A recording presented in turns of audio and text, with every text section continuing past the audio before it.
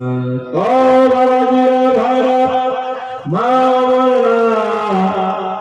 বাচ্চা বসে বসে ঝাড়ে জোপের মধ্যে কাঁদছিল। বাবা, কেমন করে আমরা রাত্রে বেলা আবার কোন দিকে যাব ভাই?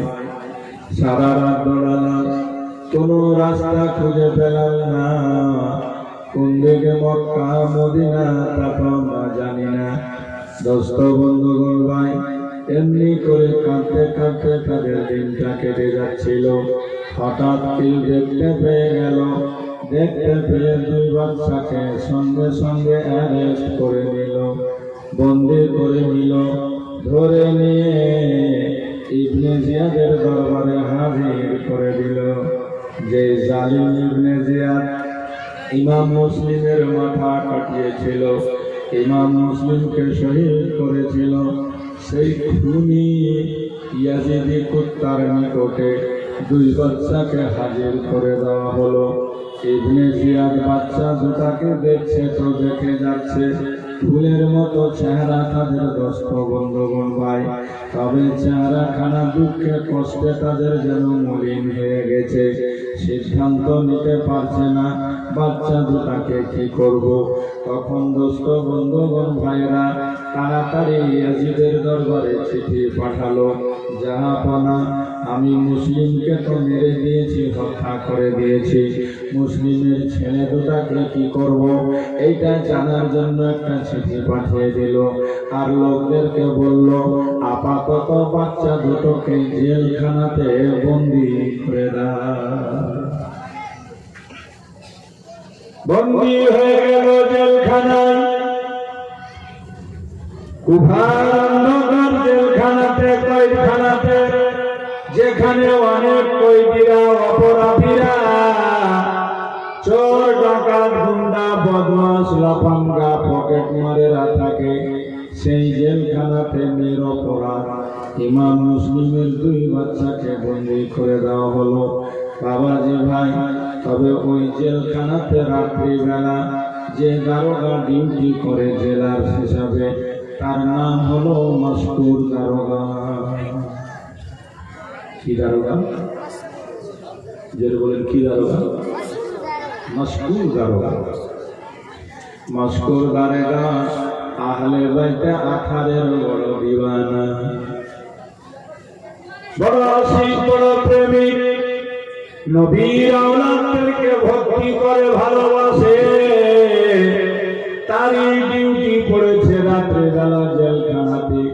জেলখানাতে গেটে বসে বসে পাহারাদার হিসাবে সারা রাত তাকে জগাতে হয়।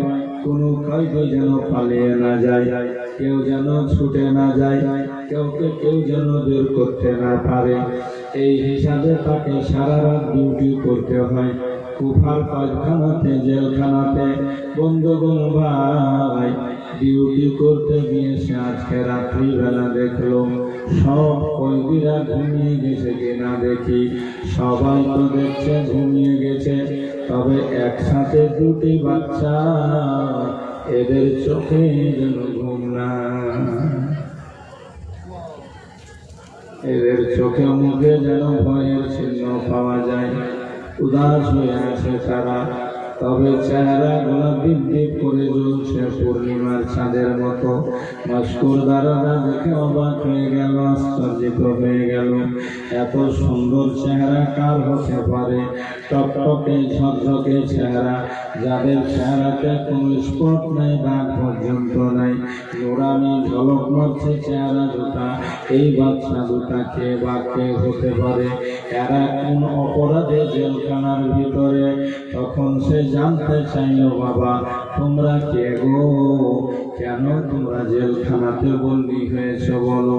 তারা দুইজন মাসকুর দারোগাকে বলল, বাবাজি আমরা কোনো অপরাধী নই, আমরা কোনো চোর ডাকাত গুন্ডা বদমাশ নই, আমরা ছিনতাইবাজ পকেট মার নই। আমাদের অপরাধ হলো একটাই, যে আমরা হলাম আলে রাসূল। আমার আব্বাকে খুন করেছে ইবনে জিয়াদ, আমাদেরকে জেলখানায় বন্দী করে দিয়েছে। এই জন্য আমরা কয়েদখানাতে জেলখানাতে।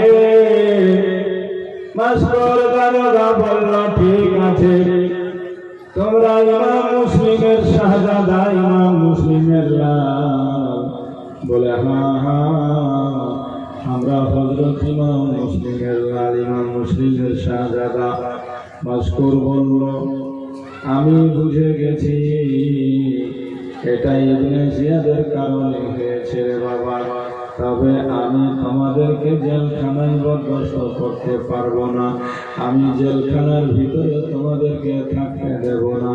তোমাদেরকে আমি জেলখানার দরজা ভেঙে পড়ব, রাত্রিবেলা আযান করে দেব। চলো তোমরা দুইজন আমার সাথে চলো, আমি নিজের বাড়িতে নিয়ে যাব, তোমাদের একটুখানি খিদমত করব, সেবা করব, তারপরে মক্কা মদিনার রাস্তায় তোমাদের ছেড়ে দিব।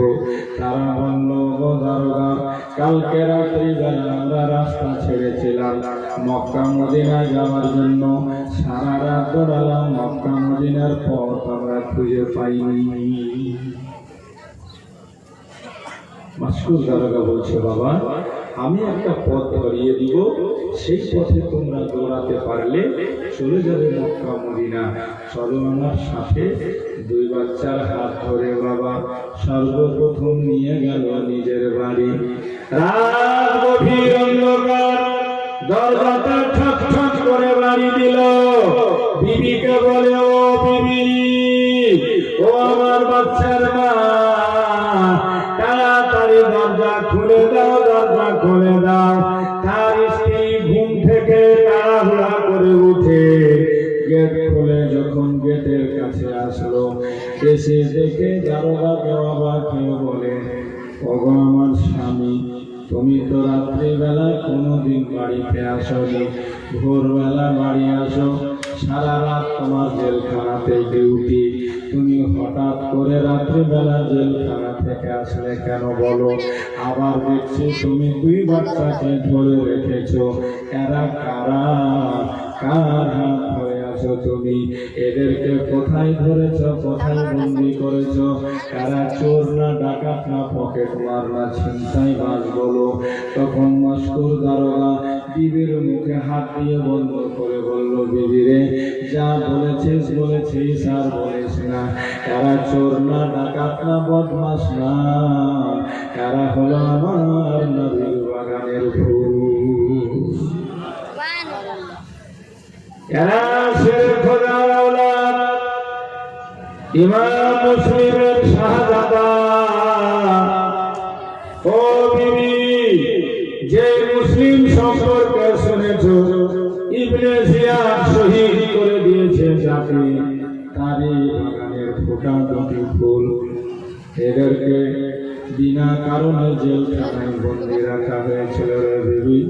আমার সহ্য হলো না, আমি বরদাস্ত করতে পারলাম না বিবি।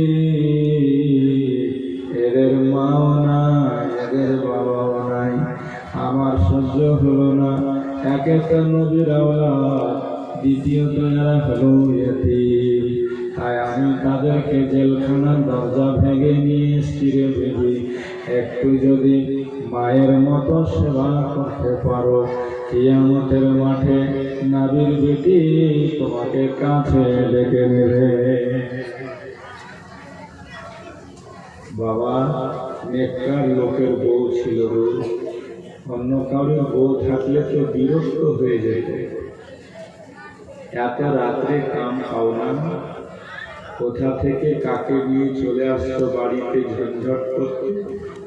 না, আমি পারবো না কিছু করতে। কুরবান জান, জান্নাতি লোকের জান্নাতি বিবি ছিল। মাসউদ দারোগার স্ত্রী বলছে, স্বামী, সত্যিকারের একটা কাজ করেছো তুমি। আরে যাদের ভালোবাসলে, নবীর বেটি ফাতেমা ভালোবাসবে, যাদের সেবা করলে নবী খুশি হবে, যাদের খিদমত করলে মাওলা আলীর সন্তুষ্টি পাওয়া যাবে, এদেরকে তুমি আমার বাড়িতে আনতে পেরেছো। তুমি চিন্তা করো না, আমি এদেরকে মায়ের মতো সেবা করব। মাসউদ দারোগা বাচ্চা দুটোকে রেখে আবার জেলখানায় গেছে। বিবি তাদেরকে খাইয়ে দাইয়ে একটুখানি শান্তি দাও, সান্ত্বনা দাও, আমি একটু পরে আসছি। তখন তাদেরকে মক্কা মদিনার পথে ছেড়ে দেবে। বাবাজি ভাই, মাস্টার দারোগার বিবি প্রথমে বাচ্চা দুটাকে নিয়ে গিয়ে পানি দিয়েছে, মুখ চোখ ধুয়ে দিচ্ছে, গরম পানি করে তাদের ফুলা পা গুলাকে সেঁক করছে, রক্তগুলা লেগে আছে পাথরে কেটে কেটে, সেগুলা কাপড় দিয়ে বেচারি মুছে মুছে দিচ্ছে। তার সাথে দেখতে পাচ্ছে বাচ্চা দুটোর পায়ে বড় বড় খেজুরের কাঁটা, বিভিন্ন জায়গাতে বাবলার কাঁটা। এই দেখে মেয়েটা হাওয়া করে কাঁদছে। তোমাদের এই হাল হয়েছে বাবা, দুশ্মনদের কারণে কাঁটাগুলো তুলে দিচ্ছে। আর এরা দু ভাই চুপচাপ শুধু মেয়েটার দিকে দেখছে। দেখতে দেখতে হঠাৎ তাদের মুখ থেকে বেরিয়ে গেল, মা গো, মা, তুমি আমাদের মায়ের মতো জন্ম। আমরা ছোট্টকালে মা হারিয়েছি, মায়ের আদর পাইনি, মায়ের সেবা পাইনি। তবে আজকে তোমাকে দেখে মনে হচ্ছে আমার মা বলে মনে পড়েছে, তুমি আমাদের মায়ের মতো। মেয়েটা শুনে দুই বাচ্চাকে আদর করে বলছে, বেটা, হ্যাঁ হ্যাঁ, আমি তোমাদের মাই মনে করো, আমি তোমাদের মায়ের মতো। ওগোলা, তোমরা যদি আমার মতো অধম গুণেগার মেয়েটিকে মা বলে পরিচয় দাও, কিয়ামতের মাঠে আমি মাথা উঁচু করে দাঁড়াতে পারবো, আমি মাথা উঁচু করে দাঁড়াতে পারবো। ঠিক আছে বেটা, চলো তোমরা আমার ঘরে বসো, আমি একটু তোমাদের জন্য তাড়াহুড়ো করে খাবার করে নিয়ে আসি। ওই রাতে মেয়েটা কষ্ট করে চুলহা জ্বালিয়ে, বাবা এখনকার মতো তো সিস্টেম ছিল না যে ছাটান করে গিয়ে ফাটান করে তৈরি করে নিয়ে চলে আসবে। লকড়ি দিয়ে আগুন জ্বালিয়ে, চুলহা জ্বালিয়ে, খাপড়ি টাপড়ি রেখে রাত্রিবেলা হাতে পাকা দুটা রুটি আর লবণ তৈরি করে বাচ্চা দুটোকে নিয়ে এসে বসে পাশে মায়ের মতো আদর করে খাওয়াচ্ছি। আহারে, কখন থেকে তোমাদের পেটে খাবার নেই বাবা, পেট দেখে মনে হচ্ছে পিঠে গিয়ে সেটে গেছে, একটু খেয়ে নাও। ভেঙে ভেঙে রুটিগুলা তাদের সামনে মেয়েটা রাখছে। বাচ্চাদের খিদা তো ছিল পেটে বাবা। বিসমিল্লাহ বলে যেমনি রুটির টুকরা নিয়ে মুখে দিতে যাবে, হা হা করে চোখ দিয়ে জল পড়তে লাগলো।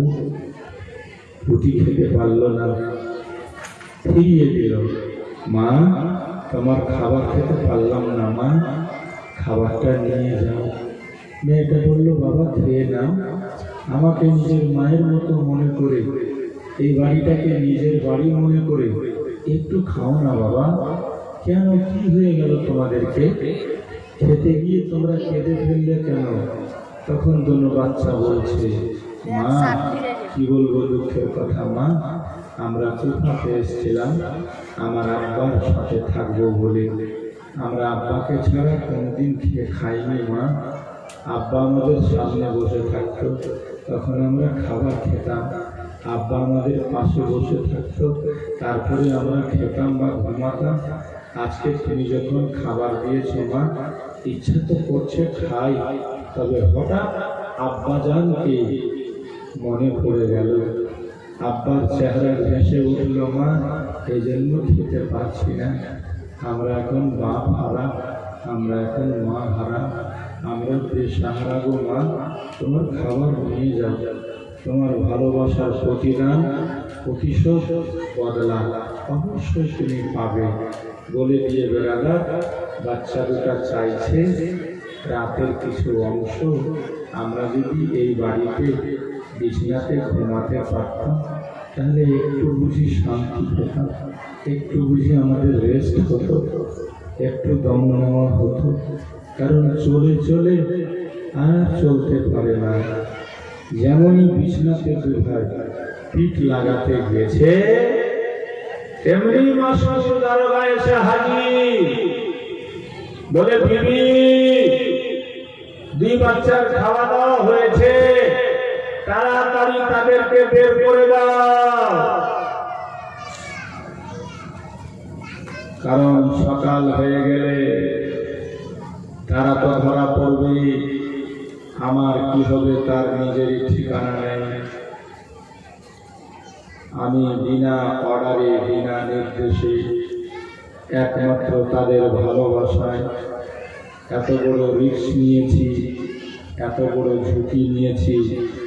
জেলখানার দরজা ভেঙে তাদেরকে আমি বের করেছি। তাই আমার কি শাস্তি হবে আল্লাহ ভালো জানে। তবে যদি তার পরোয়া আমি করি না, বাচ্চা দুটোকে বের করে দাও।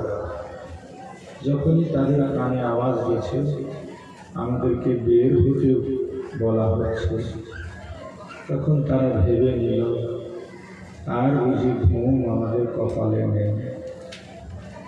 আমরা মনে করেছিলাম মেয়ে বাড়িতে একটু আরাম করব, বিশ্রাম করব, কিন্তু আরাম করা আমাদের আর কপালে জুটল না। বন্ধুগণ ভাই, তাই 2 বাচ্চাকে বের করা হচ্ছে, আর মাস্টার দারোগা হাত থেকে তখন নিজের একটা আংটি খুলে বাচ্চাদের হাতে দিচ্ছে আর বলছে, শোনো, তোমরা 2 ভাই সোজা এই রাস্তা ছাড়বা না। দৌড়াতে দৌড়াতে দৌড়াতে দৌড়াতে এক জায়গাতে গিয়ে দেখবা একটা খুব ঝিকঝাক রশ্মিপূর্ণ শহর দেখা যাবে। সে শহরটার নাম হলো কাদসিয়া। ওই শহরের কোতোয়াল দারোগা, সে আমার নিজের ভাই, তার নাম হলো ইব্রাহিম। আমি এই আংটিটা পরিচয়ের জন্য দিলাম। আমার আংটিটা দেখতে পেলে সে বুঝে যাবে যে তোমাদেরকে আমি পাঠিয়েছি। তোমরা 2 ভাই তার সাথে দেখা করে নিজের দুঃখের কথা খুলে বলবা। তোমাদের 2 ভাইকে হিফাজতে আমার ভাই মক্কা মদিনায় পৌঁছে দেবে। এরা দাঁড়িয়ে বলে মাস্টার দারোগা 2 বাচ্চাকে রাস্তা দাঁড়িয়ে দিল। অসহায় 2 বাচ্চা আবার রাস্তা ধরে দৌড়াতে লাগলো। মাস্টার দারোগার দেওয়া আংটিটা হাতে নিয়ে 2 ভাই শুধু আনাধন দৌড়িয়ে যায়। মনে করছে আজকে বুঝি আমরা সঠিক পথে দৌড়াচ্ছি, পেয়ে যাব সামনে গেলে কাদসিয়া, পেয়ে যাব ইব্রাহিম দারোগাকে। সে নিশ্চয় আমাদেরকে হয়তো পৌঁছে দেবে মক্কা মদিনাতে। এইভাবে আমাদের জান বেঁচে যেতে পারে। এই জন্য 2 জনা আবার দৌড় দিতে শুরু করেছে। বন্ধুগণ, দৌড়া যাচ্ছে না, চলা যাচ্ছে না, পা গোলা যেন উঠছে না। তারপরেও আপ্রাণ চেষ্টা চালাচ্ছে 2 ভাই দৌড়াবার। আবার একজন পড়ে গেলে আর একজন ধরে উঠায়, একজন আঘাত খেলে আর একজন ধরে টানে। এমনি করতে করতে যখন থকে যায়, এক এক জায়গাতে তারা গাছের নিচে বসে যায়। বাতাস চলে, বাতাস চলে, গাছের পাতাগুলো হিলে নড়ে। একটু খারাপ পুরুষ আওয়াজ করলে তাদের কলেজা ফেটে যায়, বুকটা ধকধক করতে লাগে। হয়তো আবার কোনো দুশ্মন চলে আসলো নাকি। এমনি করতে করতে সারা রাত আবার কেটে গেল। বন্ধুগণ ভাই, কোথায় কাদসিয়া, কোথায় মক্কা, কোথায় মদিনা, কিছু তারা উল্লেখ করতে পারল না। এদিকে কুফাতে সকাল হতে নাই বাবাজি, এলান হয়ে গেছে, সবাই জানাজানি হয়ে গেছে। কালকে মুসলিমের 2 ছেলেকে জেলখানাতে রাখা হয়েছিল, তারা যেন জেলখানাতে নাই। ইবনে জিয়াদ মাস্টার দারোগাকে ডেকে পাঠালো। মাস্টার দারোগা তার সামনে হাজির হলো। বলে, মাস্টার, কালকে জেলখানাতে 2টা বাচ্চা রাখা হয়েছিল, ইমাম মুসলিমের শাহজাদা, তারা এখন কোথায়? মাস্কুর বলছে যদি আল্লাহর হুকুম হয় তারা এখন পৌঁছে গেছে হয়তো মক্কা মদিনা। মাস্কুরের জানা নেই যে ওরা আবার রাস্তা হারিয়ে ফেলেছে। বাবাজি ভাই বন্ধুগণ, ওইদিকে দুই বাচ্চা দৌড়াতে দৌড়াতে যখন কিছু উল্লেখ করতে পারল না, খোঁজ করে পেল না, সকাল হয়ে গেল। দোস্ত বন্ধুগণ ভাইরা, এদিকে ইবনে জিয়াদ বলেছে তাড়াতাড়ি করো কুফার লোকেরা, এই ভোরবেলাতে ছুটে পড়ো, দেখো বাচ্চা দুটা যেন কুফার সীমানা না মেঘে নিতে পারে, সীমানা পেরিয়ে মক্কা মদিনার দিকে যেতে না পারে। মশাল হাতে জ্বালিয়ে দোস্ত বন্ধুগণ, লাঠির মাথায় আগুন জ্বালিয়ে অনেক লোক ছুটাছুটি করতে লাগলো ধরার জন্য তাদের দুই ভাইকে। দোস্ত বন্ধুগণ, এমন অবস্থায় বাবাজি ভাইরা দুই ভাই চিন্তা করতে লাগলো, দেখো তো ঝাঁকে ঝাঁক লোক দেখা যায়, সবার হাতে লাইট জ্বলছে, এটাই কি সে কাদসিয়া শহর নাকি? দেখা গেল না, দুশ্মনরা তাদেরকে খুঁজে বেড়াচ্ছে। তখন তারা ভাবলো এবার আমরা রাস্তা ধরে চললে আর হবে না, ধরা পড়ে যাব, চলো কোন বাগানের মধ্যে ঢুকে পড়ি। একটা খেজুরের বাগানে ঢুকে গেল, ঢুকতে গিয়ে দেখতে পেল সেখানে একটা পুকুর আছে, কৈখর আছে, পুষ্করণী আছে। সেই পুকুরের পাতালে বড় উঁচা উঁচা বটের গাছ আর বিভিন্ন দোস্ত বন্ধুগণ গাছগুলা পুরাতন হয়ে গেছিল। ওই গাছের জড়ে পটল তৈরি হয়ে আছে। দেখে হবেন আপনারা, পুরাতন গাছ যখন হয়ে যায়, গাছের নিচে ফাঁকা হয়ে যায়, পটল তৈরি হয়ে যায়, গর্তের মতো হয়ে যায়, এরকম হয়েছিল। তখন দুই ভাই ওই নদীর তীরে পুকুরের পাড়ে